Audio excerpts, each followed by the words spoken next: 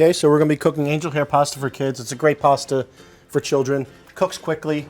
I love angel hair for children. I love angel hair in general. So. And kids love pasta. We have Absolutely. some Such a boiling fun salted water. food. We're just going to drop this in, and this literally takes like 2 minutes to cook. That's the good thing about angel hair.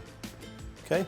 So why tomatoes? Why should you feed your kids tomatoes? Well, tomatoes have a bunch of different great benefits. It's a great source of vitamin C. Okay. It helps to absorb iron, which is necessary in development. And it's a superfood because there's lycopene in it, which helps to protect against cardiovascular disease and cancer.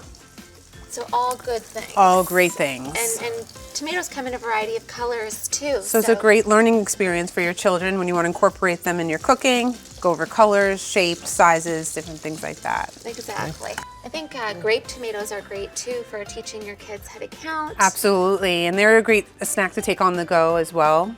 Just throw some in a little Ziploc and bring them with you in the car. And they're nice and sweet too. They are. You want to be careful when to introduce them. You want to maybe wait until a little bit later on in the months, maybe 10 to 12 months of age. It has a lot of acidity, so it may upset their stomachs. Might upset their stomachs. So definitely discuss it with the pediatrician, and it is a food that can cause rashes. Okay, so you want to wait a little bit later. Absolutely.